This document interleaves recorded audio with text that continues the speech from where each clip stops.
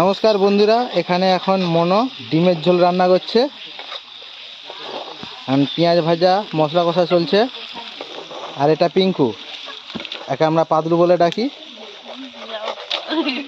সে জ্বালন দিচ্ছে উনানে।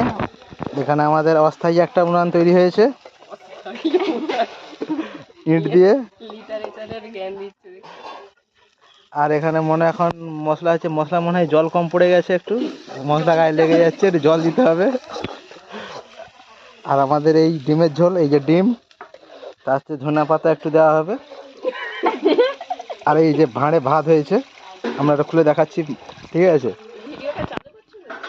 এই যে খুলে দেখাচ্ছি, এটা হচ্ছে ভাত আছে ভাঁড়ে, মাটির ভাঁড়ে ভাত আর বেগুন ভাজা রান্নাঘরে। আর এই আমাদের 3 জনের ফিস্ট হচ্ছে, পিকনিক, চড়ুই ভাতি।